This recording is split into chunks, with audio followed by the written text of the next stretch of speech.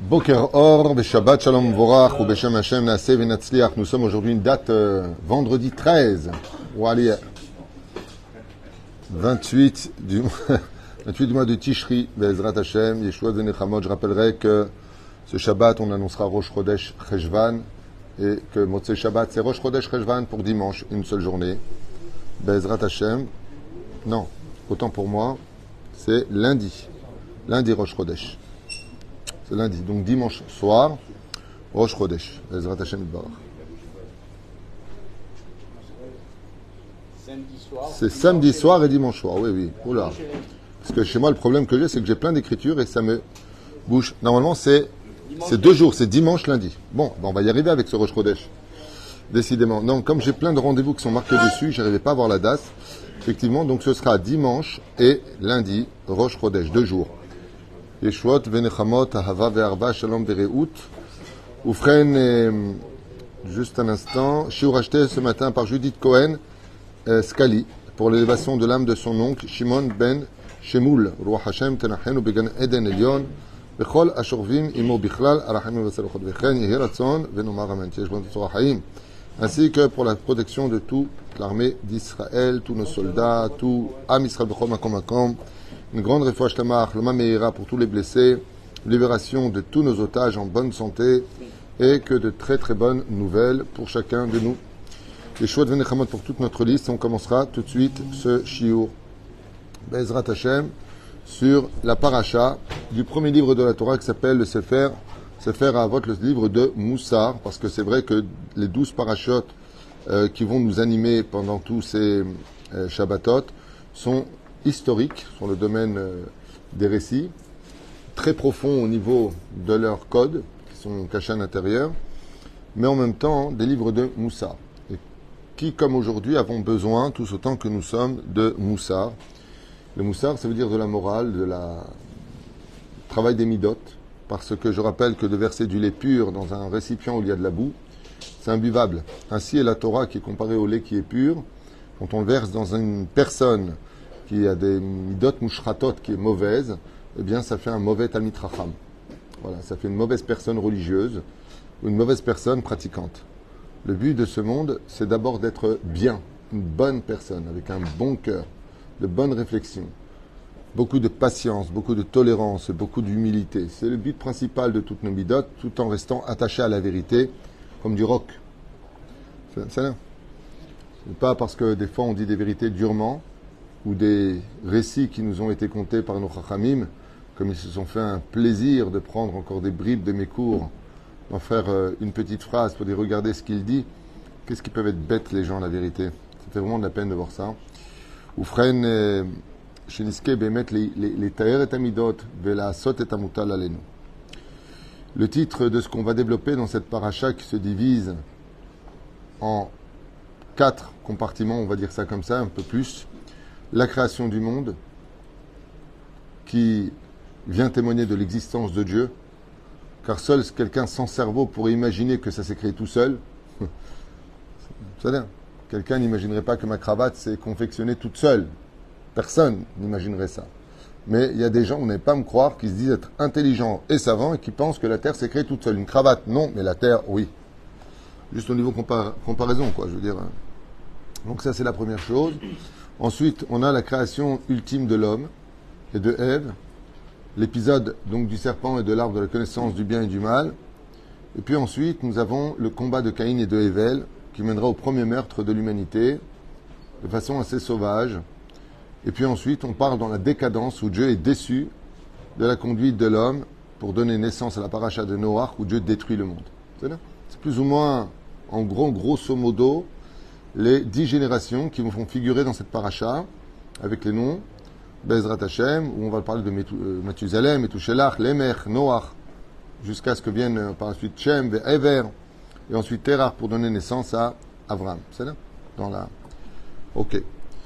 Le sujet qu'on va partager ensemble aujourd'hui est un sujet important pour nous. Tismar Tamid Alma Sheesh Shema Gam Teabed et Akol. Voilà ce qu'on va étudier aujourd'hui. Essaye toujours d'être très heureux déjà de ce que tu as, de peur de ne pas garder ce que tu avais. Ça me rappelle l'histoire d'une femme qui m'a raconté qu'elle revient de très très très loin. Je lui ai dit, pourquoi vous revenez de très très très loin? De quoi vous parlez? Et elle m'a dit, j'avançais dans l'âge, j'avais 32 ans, et j'étais pas bien parce que j'étais pas marié. Vraiment, j'étais défaite moralement. Et je n'arrêtais pas de me plaindre de ça. Mais j'avais oublié que j'avais la santé. Alors j'ai commencé à perdre la santé aussi.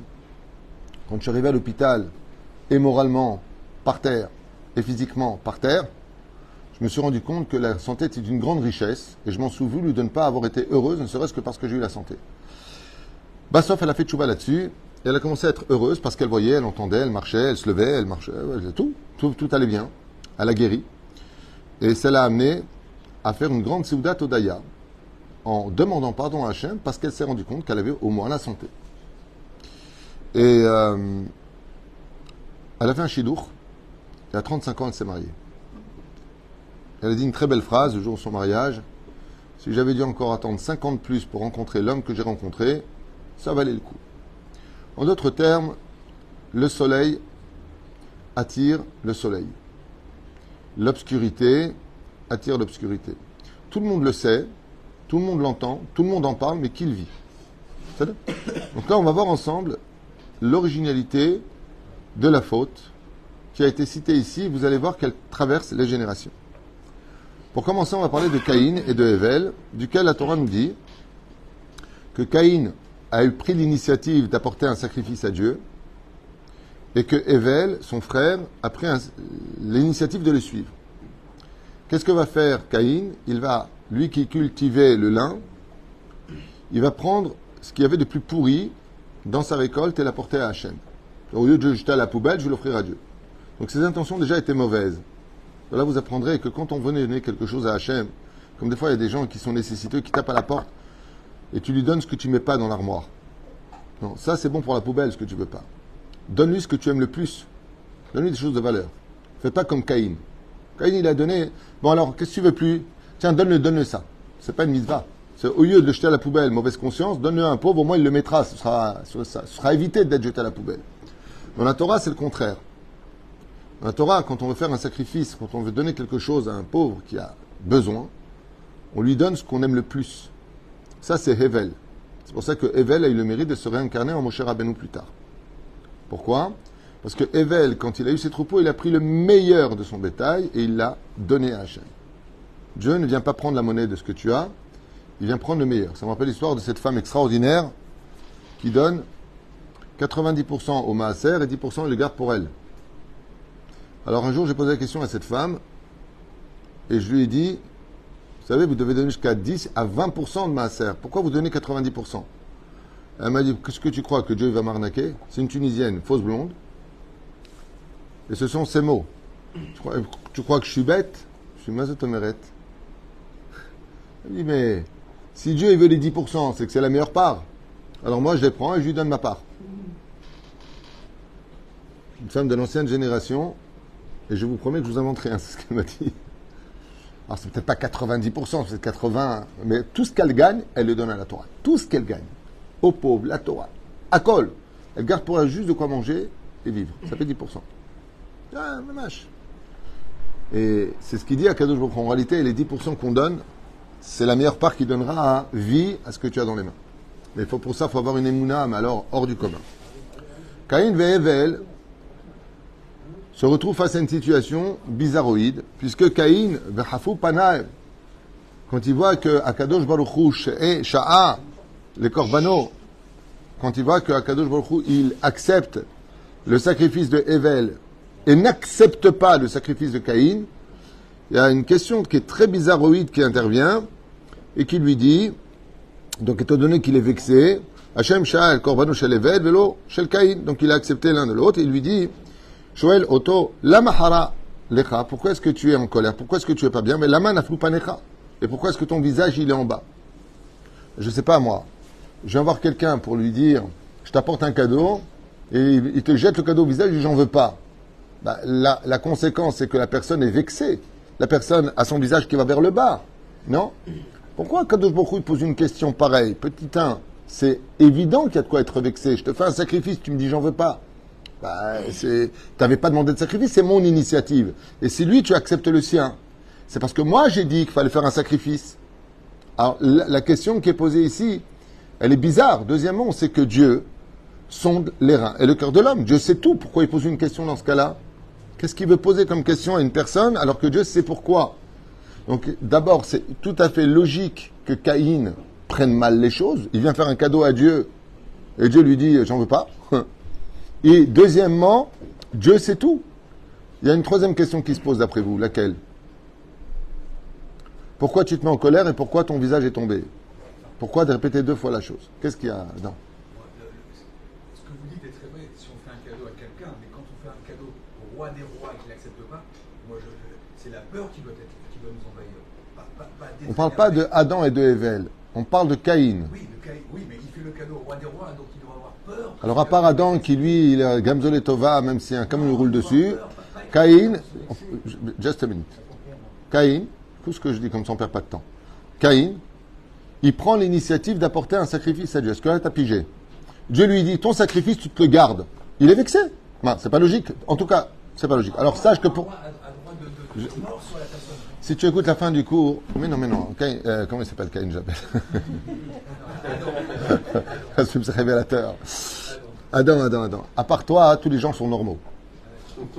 Qu'est-ce qui t'arrive? Tu viens, tu fais un cadeau à quelqu'un. Tous les chachamim disent que la conduite de Caïn, elle est normale. Et la preuve en est. Même Dieu lui pose la question, il dit, mais pourquoi tu es comme ça?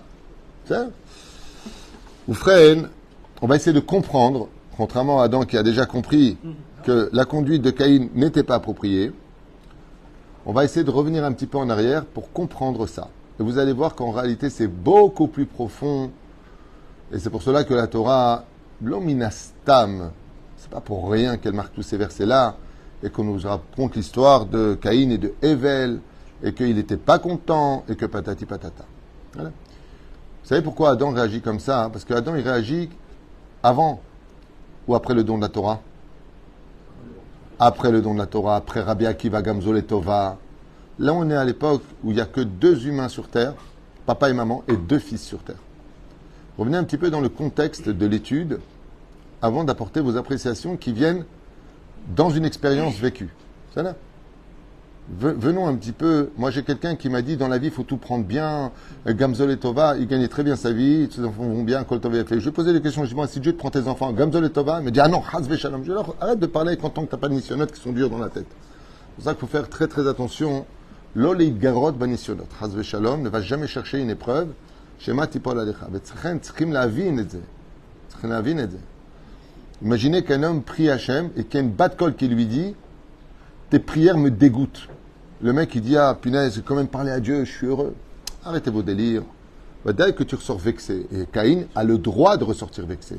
Et vous allez voir que la question d'Hachem, c'est un mot d'une importance capitale. Lama. Pourquoi tu es vexé? Pas, tu n'as pas honte d'être vexé. Ou alors tu devrais déjà être heureux de m'avoir fait un sacrifice. Akadosh Baruch Hu, il comprend ici, dans la Torah. Lama. Pourquoi il lui dit? Pourquoi est-ce que tu es vexé? Ça veut dire qu'il attend quoi? Une réponse. Il y a une réponse dans laquelle il va mettre Caïn face à sa conscience. Qu'il soit vexé, je le comprends. Mais pourquoi il est vexé? Quelle est la raison de cela? Akadosh Baruch Hu, il nous lance un message pour toutes les générations. Et c'est ça que je voudrais partager avec vous, chers amis. Omer Kacha, Gam Kshechata, Chava, même quand Ève a fauté, Akadosh Baruch Hu lui pose la question et lui dit, pourquoi est-ce que tu as fauté? C'est bizarre ces questions tout le temps, pourquoi? Mais en tout cas, il y a une chose de sûre, c'est qu'il y a avec des questions. Nous, on vient souvent avec des accusations à retenir. Le créateur du monde, quand on fait une bêtise, imaginez que la police rentre, elle arrête des brigands. Et il leur pose la question, pourquoi est-ce que vous avez fait ce casse? Non, vous êtes en état d'arrestation. On ne vient pas poser des questions à quelqu'un qui fait quelque chose de mal. On vient tout simplement l'arrêter dans le mal qu'il fait. Akadosh Baruch Hu nous apprend dans la vie qu'avant de venir accuser, arrête de frapper ton frère, c'est pourquoi est-ce que tu as frappé ton frère? C'est très simple, papa, regarde ce qu'il m'a fait. Ah, ça tu ne me l'as pas dit. Nous, on vient directement, boum, juger parce qu'on a, il est plus petit, tu dois comprendre. On crée de la haine d'ailleurs. entre les grands et les petits. Hein? C'est-à-dire le grand qui pousse le petit, on va s'en prendre au grand en disant oui, mais les petits, t'as pas à le pousser. Vous savez ce qui va se passer quand tu dis ça à ton enfant au niveau psychologique? Tu lui rajoutes de la haine dans la tête du grand sur le petit. Faire très attention. Et là, de dire pourquoi est-ce que tu l'as poussé? Papa, j'arrête pas de lui dire d'arrêter. À un moment, il veut pas comprendre. Il m'a donné un coup avec le. Ça veut pas dire qu'on va pas me faire le flic. Mais viens toujours avec des questions avant de te jeter dans les accusations. Voilà ce que vient nous dire la Torah. Et qu'est-ce qu'elle répond, Ève? Elle répond Anachash Ishiani. C'est le serpent qui m'a poussé à la faute, qui m'a convaincu. Le fourbe. C'est bizarre comme réponse. Comme si Dieu n'est pas au courant. Et donc on dirait Dieu, on dirait une grand-mère qui nous dit ah bon? Comment il a fait? Qu'est-ce qui s'est passé? Je vois, hein?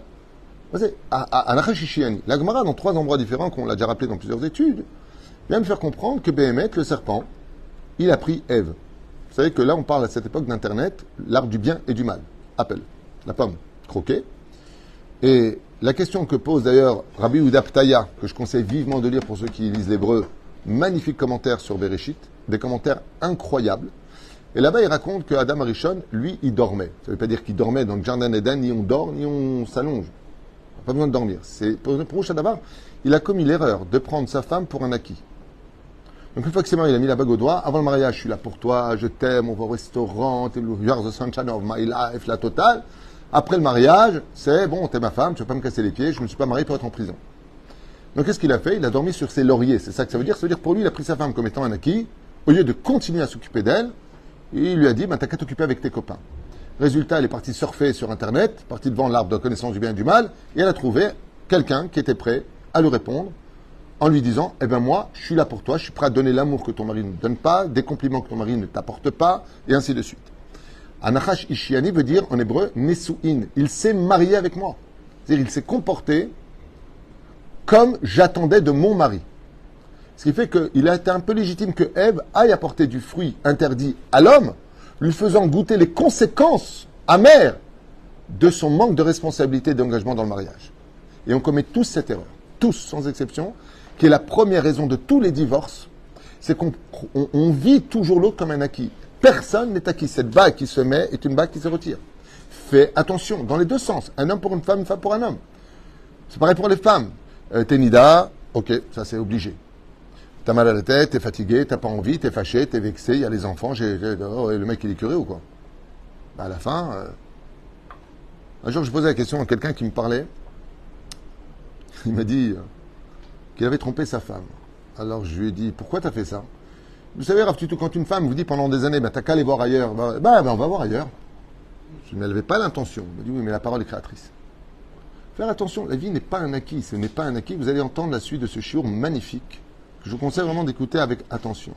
C'est pas Minastam que je réveille chez vous des sensations de questions.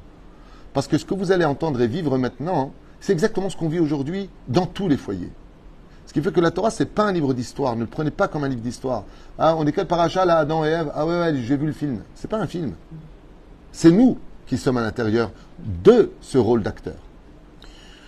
Et qu'est-ce qu'elle répond? Elle dit tout simplement, c'est le Nachash Ishiani. Je trouve ça vachement curieux. J'ai fait une bêtise. Au lieu de dire je regrette, ouais, mais enfin bon, j'y peux rien, elle m'a convaincu. Je trouve ça chutzpah en plus. Hein? Pourquoi tu fais une telle chose? T'es fou ou quoi? Écoute, je sais pas, j'étais dans l'ambiance et puis ils m'ont convaincu. Au lieu de dire quoi? Tu as raison, pardon, je me suis pas rendu compte. Je me suis laissé emporter.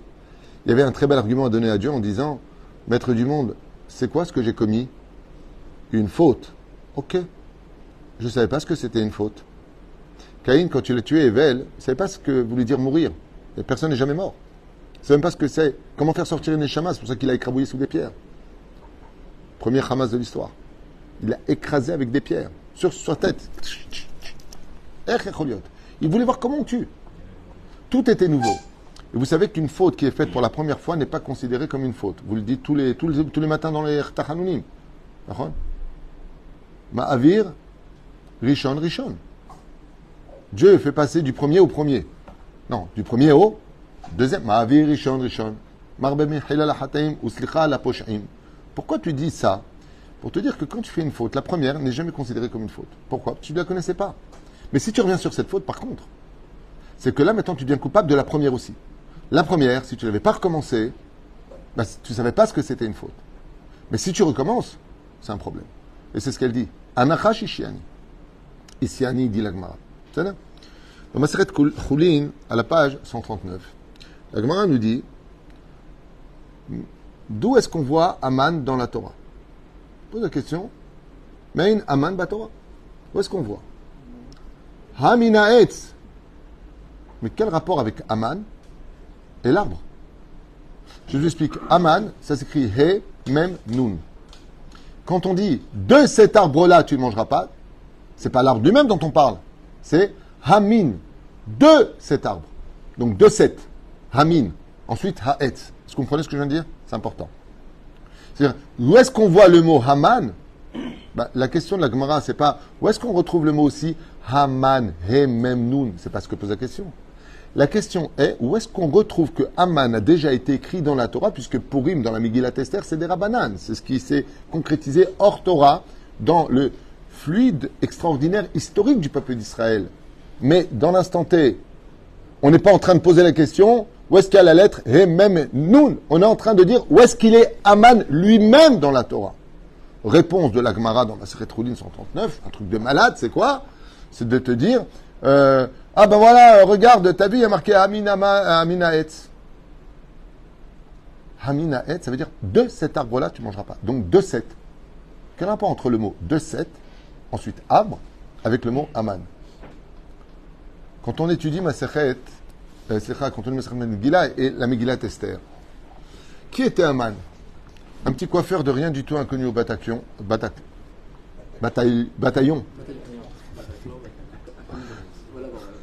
Je vais y arriver. Attendez un instant, je vois un peu. Inconnu au bataillon. Complètement. Hein. Et il était quoi? Il était ministre. Il faisait partie en réalité des conseillers, même pas ministre. Il était conseiller. C'est-à-dire vraiment, Bouffon, viens ici, j'ai besoin d'un conseil. De là, il a donné un conseil sur lequel il a pris toutes ses responsabilités, qui lui contrôle la colère par la fin de Achashverosh. Et puis il était après ministre.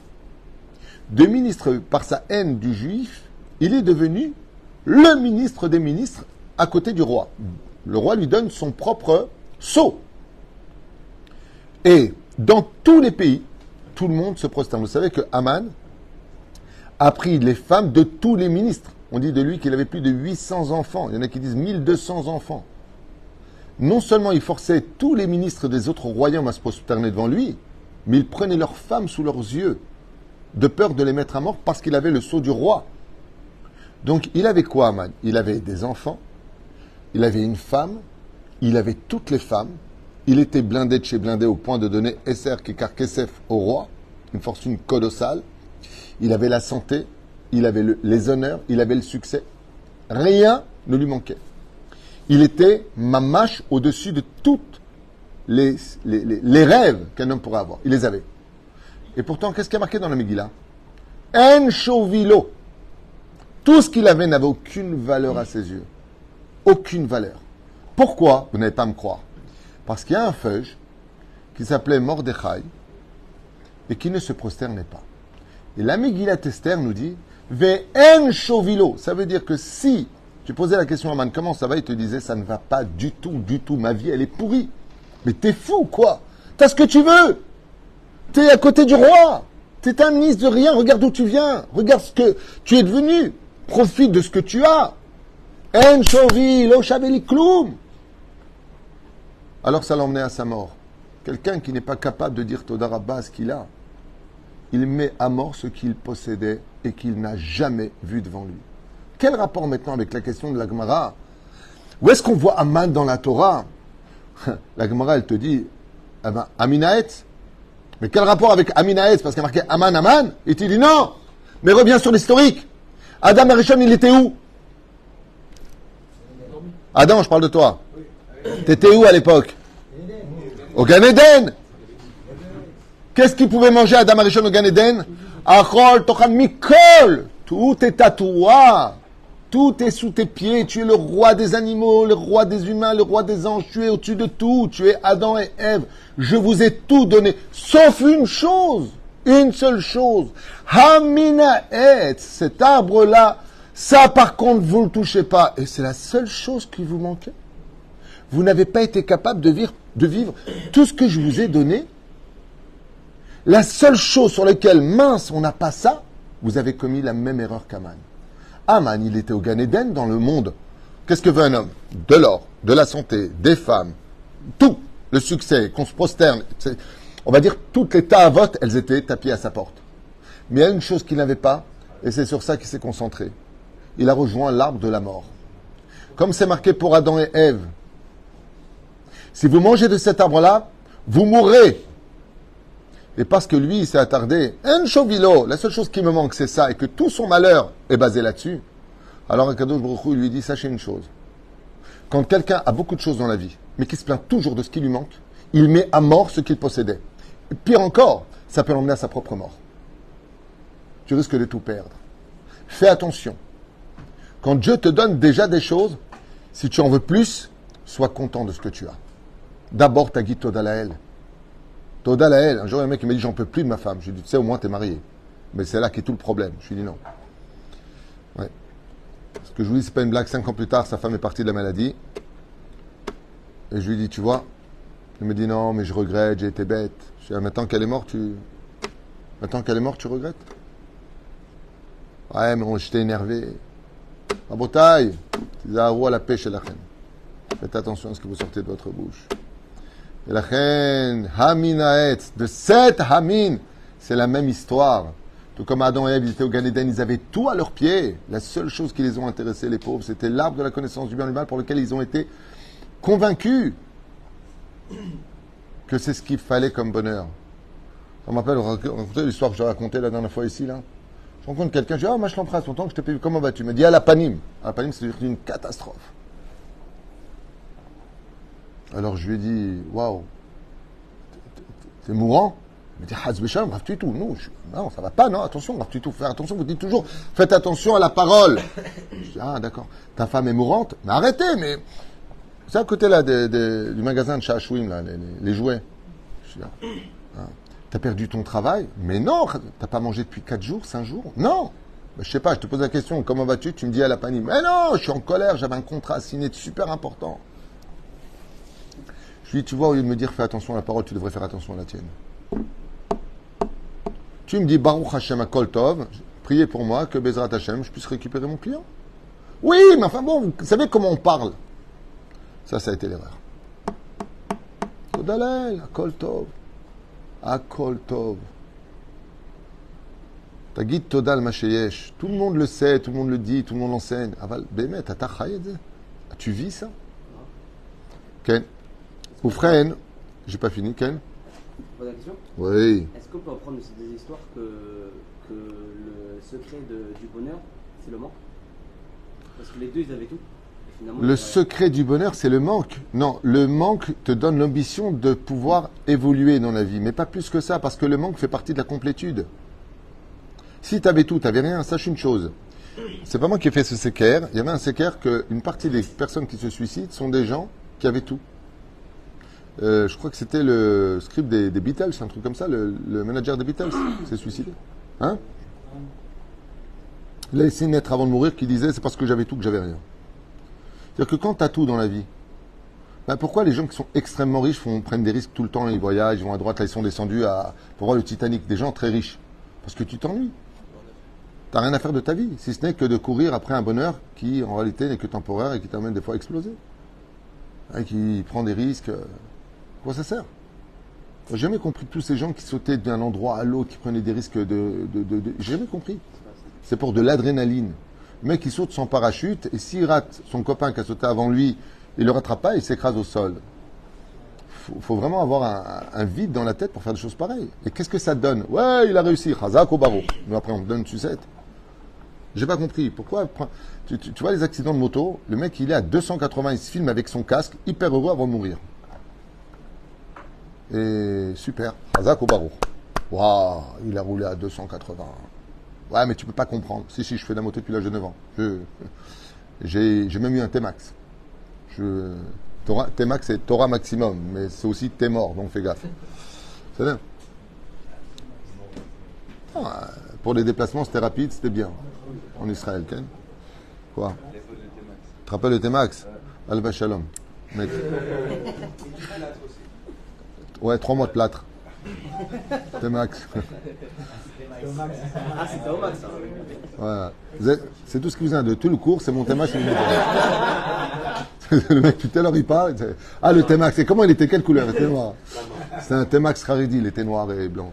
Il y a là. Rabotai, Rabotai, comme une bonne ambiance, on va rentrer dans Shabbat. Il y a Hatson que cette étude aussi, il y a la nous Bezrat Hashem pour un bon Shabbat, pour nous et les Juifs de Galout, partout où ils sont, que Dieu protège notre peuple, Béhémet. Et donc, on va revenir maintenant sur la question avant de vous laisser. Mi Shovet Caché, Bayom, Metukalo. Alors, le roi Salomon, il ramène comme ça une très très très belle phrase qui dit comme ça: celui qui travaille très très dur la journée, en général, il a une nuit qui est très metuka parce qu'on est fatigué. Il dit sauf celui qui travaille très dur la journée et qui n'arrive pas non plus à dormir la nuit. Et le roi Salomon, il dit pourquoi?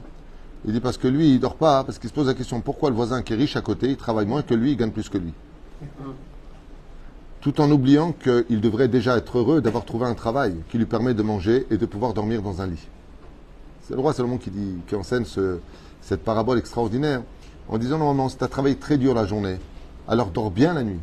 Shena metuka balayla. Il dit oui, d'accord. Mais il y a aussi celui qui travaille dur la journée et qui grogne toute la nuit en disant ouais, je me casse le dos, j'en ai ras-le-bol, je travaille trop dur. Mais t'as dit Toda que tu as un boulot bichlal pour lequel tu as un toit. T'as dit Toda que tu as un boulot. Mais la reine, même lui, il travaille la journée et même le sommeil, il ne le connaît pas. C'est-à-dire qu'il perd absolument même le droit du repos de l'esprit. Mais la reine explique Chidushé Harim, je finirai avec ça. Zema shekara le Caïn shenaflu panav. Et c'est exactement ce qui est arrivé à Caïn. Chez Shoel Oto Akadosh Baruch Hu. Pourquoi est-ce que tu es triste et pourquoi tu te mets en colère? Aleph. Aïm naflu panecha kilo kibalti et minchatecha. Pose-toi la question, Caïn. Est-ce que tu es en colère et triste parce que je n'ai pas reçu ton korban? Ou est-ce que tu es en colère parce que j'ai reçu celui de ton frère? Chez Ela Gdola Meod. Juste un instant. Adam, il est heureux, il me dit, alors c'est ça que je voulais dire, c'est pas ce que tu as dit. Je me suis mal exprimé. Très mal exprimé, là. Fais tchouva, hein? Non, regarde. Dis ce que tu veux dire, Adam, dis-le. Il n'en peut plus. Je vois sur la chaise, il tremble de partout. Vas-y, Adam. Pour une fois qu'on parle de toi, Adam et Ève. La façon dont il a réagi prouve qu'il n'a pas fait l'ishma. Il n'a pas fait l'ishma et d'autant plus. C'est pour ça. Non, alors, je voudrais revenir un peu sur ça. C'est très important. Est-ce que vous êtes d'accord? Je vais m'adresser aux autres humains. Est-ce que vous êtes d'accord d'accepter l'idée de tu viens faire un cadeau à quelqu'un et il te le rejette au visage? Qu'il y a de quoi être vexé? Merci bien. À part Adam, tout le monde est d'accord. Maintenant, écoutez bien. Maintenant, l'autre, il vient à côté, et il apporte un cadeau au roi, et le roi, il l'embrasse, Toda, quel cadeau merveilleux, en pleine face de l'autre qui lui rend son cadeau. Est-ce qu'on est d'accord ou pas qu'il y a de quoi être vexé? Juste un instant, viens, on a... C'est humain. Bon, on parle pas de mutants, hein. Je vous rappelle qu'on parle d'Adam et Ève et qu'on parle de ses enfants. Qu'est-ce que lui reproche Akadosh Baruch Hu? Il y a quelque chose ici de très profond qui nous concerne tous, vous ne pouvez pas savoir à quel point. Arrête, si d'un côté comme de l'autre, comme tu voulais l'expliquer, mais je vais l'expliquer dans des mots du Chidushé Harim. Si le but de m'apporter ce korban, c'était de me faire plaisir, et que toi, tu n'as pas réussi, mais que ton frère a réussi, et que ton intention, c'était de me faire plaisir, pas l'ishma simplement. Le but à atteindre, c'était de faire nachat roach à Kadosh Baruch Hu, comme on le dit pour toutes les mitzvot. La sot nachat roach, d'accord? C'est ce qu'on dit. Normalement, Dieu lui dit, lama. Pourquoi Dieu lui dit, mais pourquoi tu es triste? Si le but de m'apporter un sacrifice, surtout que le tien était pourri, de là tu apprendras dans la vie que quand tu apportes quelque chose de pourri à Dieu, ne t'étonne pas de recevoir des résultats pourris. C'est-à-dire, Comme quelqu'un qui met les tefilines dans l'intention de signer beaucoup de contrats. Si ton intention de mettre tes tefilines, c'est de t'attacher à Dieu par le biais du contrat, t'étonne pas que tes contrats t'emmèneront à beaucoup de difficultés. Parce que dans la blancheur de tes actions se trouve le soleil de ta réussite. Mais la reine, Akadosh Baruch Hu lui pose une question.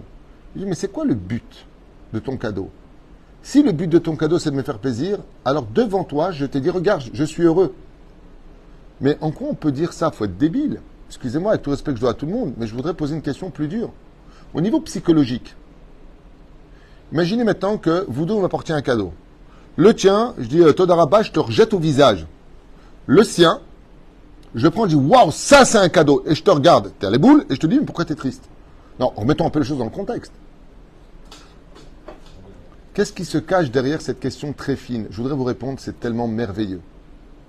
Vous savez pourquoi il lui dit, mais pourquoi t'es triste? Écoutez bien la réponse, vous allez tomber par terre. Elle est nifla. Elle est nifla. J'ai entendu du Hadat. Magnifique.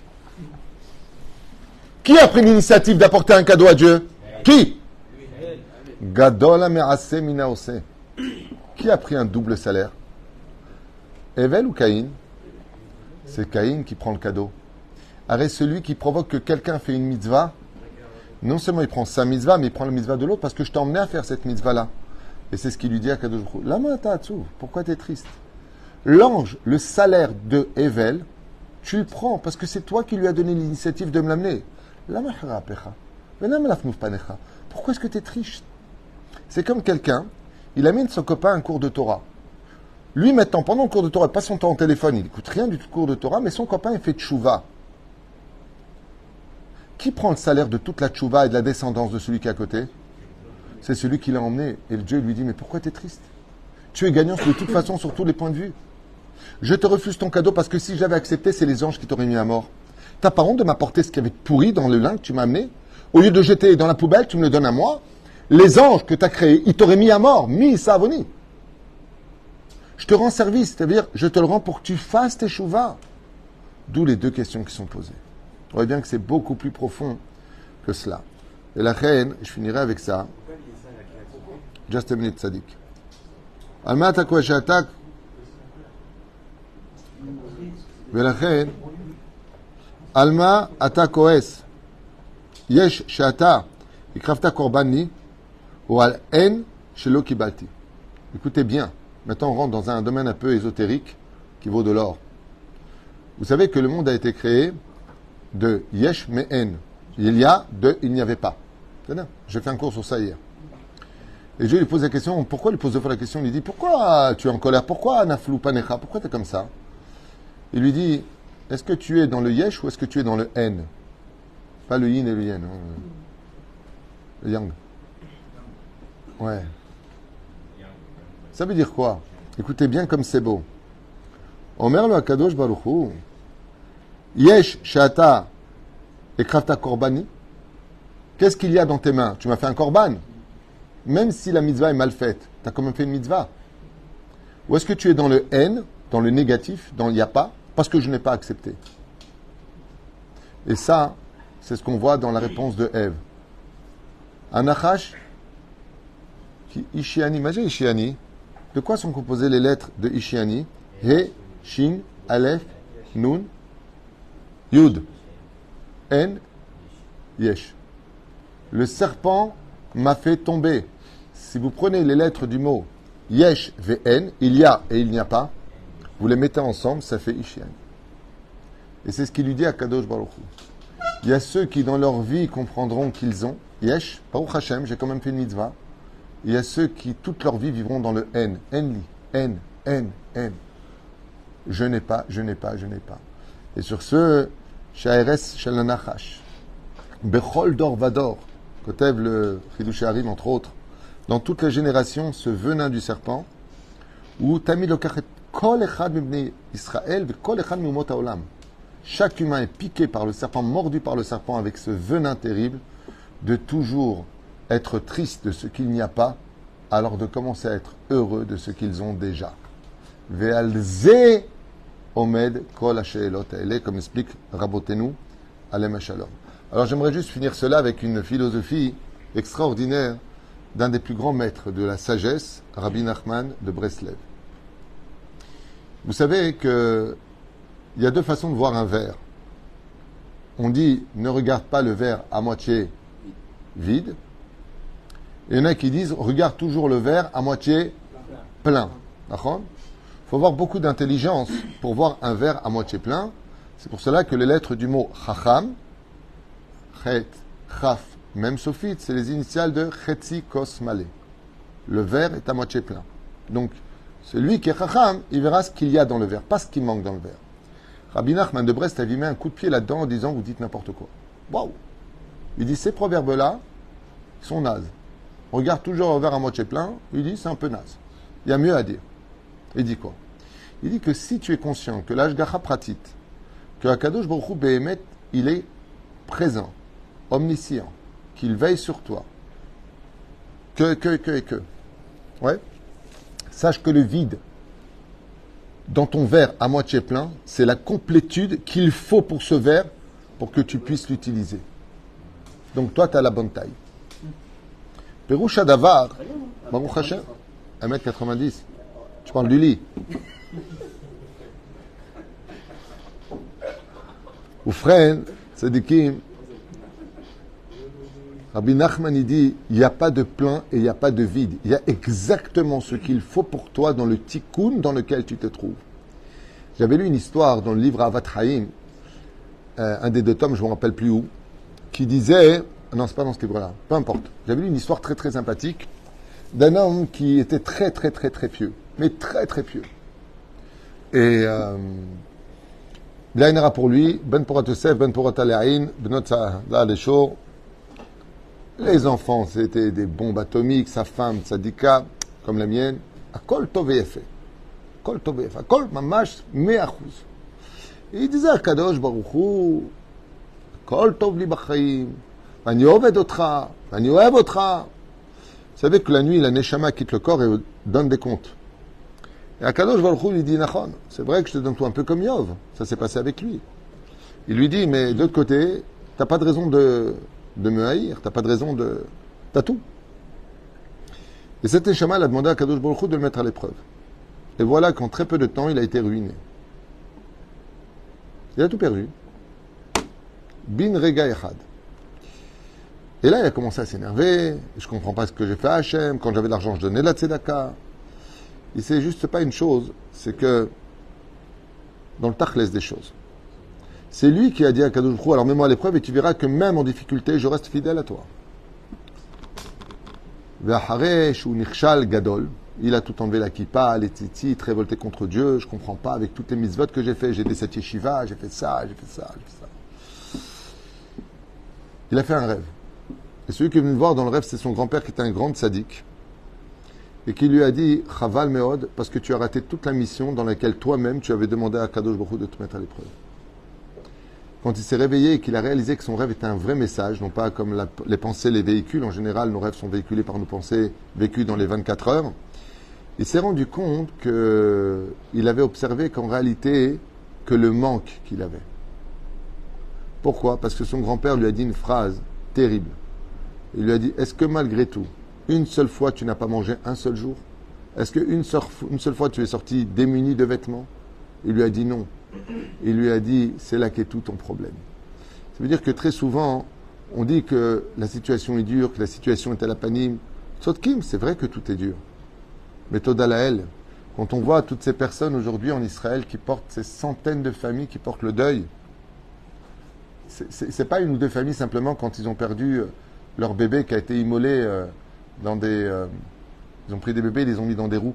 Tu sais, les roues de voiture. Comment on appelle ça, les pneus. Ils ont mis les bébés au milieu et ils les ont allumés pour les faire monter en torche. Ils marchent chemin bezichram. C'est pas que la famille qui est en deuil, c'est les tontons, les connaissances. Tout ça, c'est un cri de douleur énorme au sein du peuple d'Israël. Alors c'est vrai que j'en ai fait une phrase dès que j'ai commencé à parler un petit peu de ce qui se passait en Israël, que le gouvernement lui-même le reconnaît et dit, hein, c'est vrai. On a pris une tannée, ils nous ont pris pour des bébés en nous mettant la couche, la tétine, l'euro. Mais ce qu'ils ont oublié, c'est qu'Israël, c'est pas un bébé, c'est un lion. Le symbole d'Israël, c'est le lion. C'est bien. Aryeh Ishag Miloïra. Aryeh, c'est les initiales Aleph Resh Yud He. Elul, Rosh Hashanah, Yom Kippour, Hoshana Rabbah. Velchen Ketotsa Misé, il y a un prix très, très, très conséquent de faire du mal à Israël. Israël est un peuple pacifiste. Israël est un peuple merveilleux que j'ai le bonheur de vivre. Et Bezrat Hashem, je conseille vivement à tout le monde de regarder le positif qui ressortira de tout cela. Parce qu'il est certain que ces terroristes sont nés au Guinée-Guéhinam et que toutes ces victimes qui ont malheureusement été assassinées de façon un peu plus inhumaine reviendront à la vie et qu'on dansera tous au Beth Amikdash. Bikarov, Bikarov, Bikarov, Meod, Meod, Meod. En Safek. Et c'est pour cela que je finirai avec une phrase pour toi, Adam Ayakar. Les lettres du mot Adam, c'est Aleph, Dalet, Mem. C'est les initiales de celui qui est capable d'aimer le moussard, les remontrances, l'amélioration. Aleph, Oev, Dalet, Divré, Mem, Moussard. Oev, Divré, Moussard, c'est les initiales du mot Adam. Même si nos Chachamim nous disent qu'il est déconseillé d'appeler nos enfants par un nom qui n'est pas venu après la naissance d'Abraham Avinu. Donc, Vadaï, qu'il faut appeler nos enfants toujours d'un nom qui vient après la naissance, pas avant. Donc, Adam, c'est pas un nom spécialement bien à donner. C'est un nom composé de Chesed. Bezrat Hashem, les gens qui s'appellent Adam, en général, ils ont un très bon cœur. Ce sont des gens qui sont très conciliants. Velachen, Bezrat Hashem, Barach, qu'on apprenne vraiment à dire Toda. De quoi Tu as fait un don pour le disque, c'est qu'on a tout l'argent, on l'a donné aux soldats. Tu te la ramènes. En tout cas, sachez, il y a une chose moi qui m'inquiète un petit peu quand même. J'en ai parlé récemment. Il y a une chose qui m'inquiète un petit peu, c'est que, hormis le fait que nous sommes tous mobilisés sur le terrain aujourd'hui, ce qui me peine un tout petit peu, c'est les conséquences d'après, puisque, comme je l'ai dit récemment, eh bien, beaucoup de gens ont sorti tout leur argent de côté pour les fêtes, et que les gens ne reprennent pas le travail, et que là, je vous affirme que de plus en plus, le téléphone sonne chez nous. Alors, tout, je n'ai pas.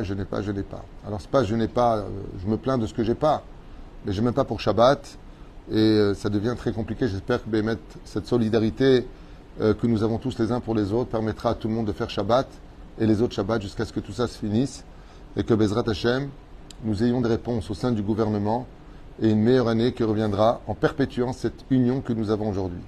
Comme dans l'émission que j'ai fait avec Lionel sur l'actualité, sur l'information, sur la guerre que nous vivons ici, ce qui me fait le plus peur après cette guerre, si on n'a pas la Géoula, j'espère que vraiment cette fois on l'aura, j'espère, eh bien qu'on retourne dans les critiques et les reproches les uns sur les autres et qu'on retombe dans ce chaos, vraiment cette situation chaotique qu'on a vécue de haine gratuite les uns vis-à-vis des autres.